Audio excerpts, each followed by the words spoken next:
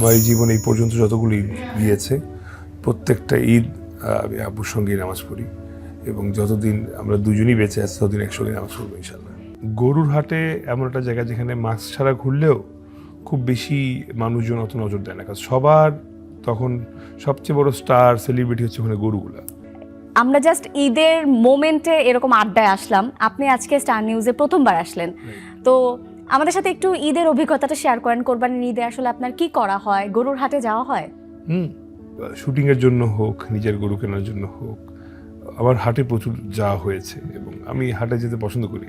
আচ্ছা, যখন যান গরুর হাটে মানুষজন তো সেলফি তোলার জন্য ডেফিনেটলি আসে। একদম না, কিন্তু কেউ কি দুষ্টামি করে থাকে না? কিছু দুষ্ট মানে মানুষজন আশপাশে জিজ্ঞেস করে না যে রেট কত, বা জিজ্ঞেস করে না যে মানে গরু না ছাগল, এই ধরনের একটু অন্যরকম কোয়েশ্চেন করে না? অ্যাকচুয়ালি আমি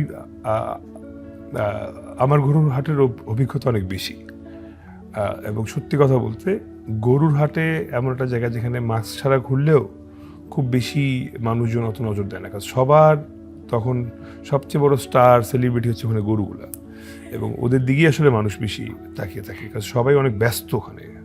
সো মাছের বাজার গরুর হাট বিষয়টা কিন্তু অনেক ব্যস্ত একটা জায়গা। তো হ্যাঁ, মানে কারোর সঙ্গে দামাদামি করছি, ওই ব্যাপারই হয়তো আমাকে বললো, ভাই আপনার নাটক দেখছি বা আপনাকে চিনি, আপনাকে জানি, বা আপনি তৌসিফ ভাই না, এতটুকুই।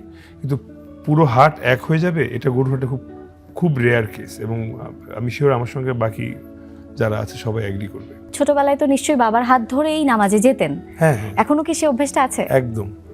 আমার এই জীবনে এই পর্যন্ত যতগুলো ঈদ গিয়েছে প্রত্যেকটা ঈদ আমি আব্বুর সঙ্গেই নামাজ পড়ি এবং যতদিন আমরা দুজনই বেঁচে আছি ততদিন একসঙ্গে নামাজ পড়বো ইনশাল্লাহ। ইনশাআল্লাহ।